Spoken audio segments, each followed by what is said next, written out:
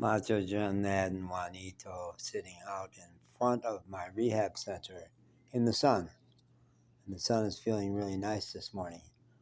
My room is around the other side of the place, and the sun was not hitting it. And the fresh air coming in through my window, I had opened my window because I wanted the fresh air and to hear the birds. The fresh air was cold, but still nice.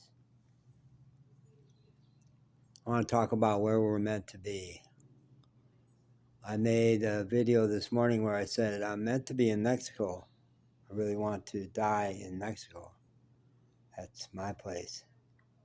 And I will. I think I will. I think I'll make it happen, but it's going to be a stretch to make it happen. For 16 years, I was in Asheville, North Carolina, and my hands were shaking because I have a kind of condition where that happens, where it felt like that was the place to be in the world, was Asheville, North Carolina, and all my friends agreed. It was not a good place for sex and romance. It's outdoors. People come here for the outdoors. And the women who come here for the outdoors are half of them lesbian or they're rugged outdoors people. They are not sexy. And in 16 years, I had one relationship that had any sexual energy at all. And was astonished when I went traveling to find out that Asheville, North Carolina is not it's not the be all and end all. It's not the end of the world. It's not the place to be.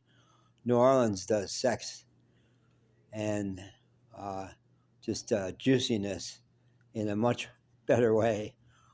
The music, the down and dirty, it is a sexy, alive, juicy place. But no place I know does sex, energy, that kind of juice like the Riviera Maya of Mexico. That's where it's at.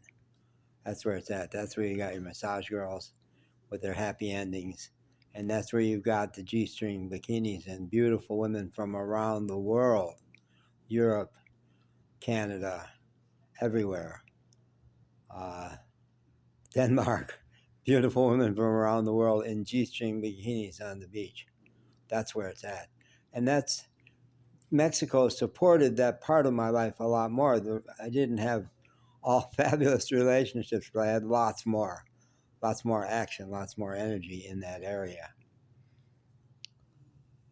But this morning, as I was struggling with my sex and romance addiction, which is my biggest addiction, over one of the nurses on the unit going, do you really want to be just sucked, to have the life energy sucked out of you by that addiction?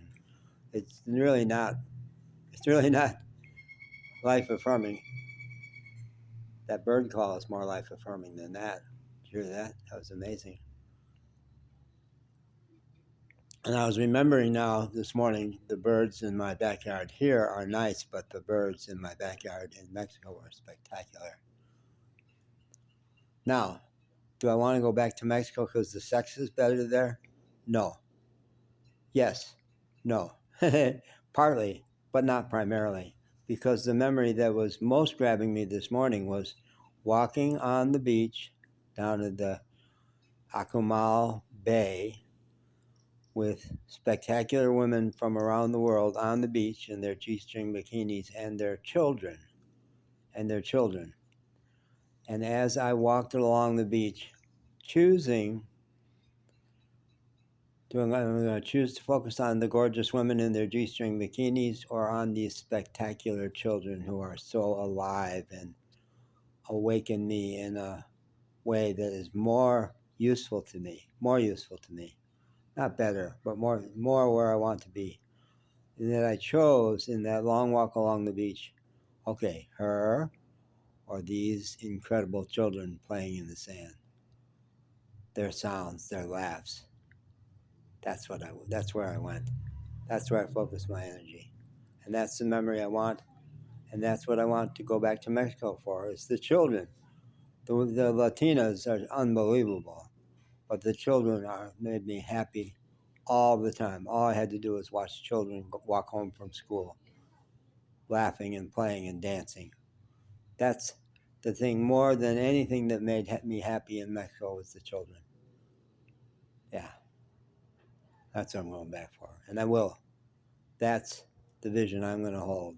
I will go back to Mexico for the ocean, for the fish, for the sun, for the children, for the women for sure, but more the children than the women.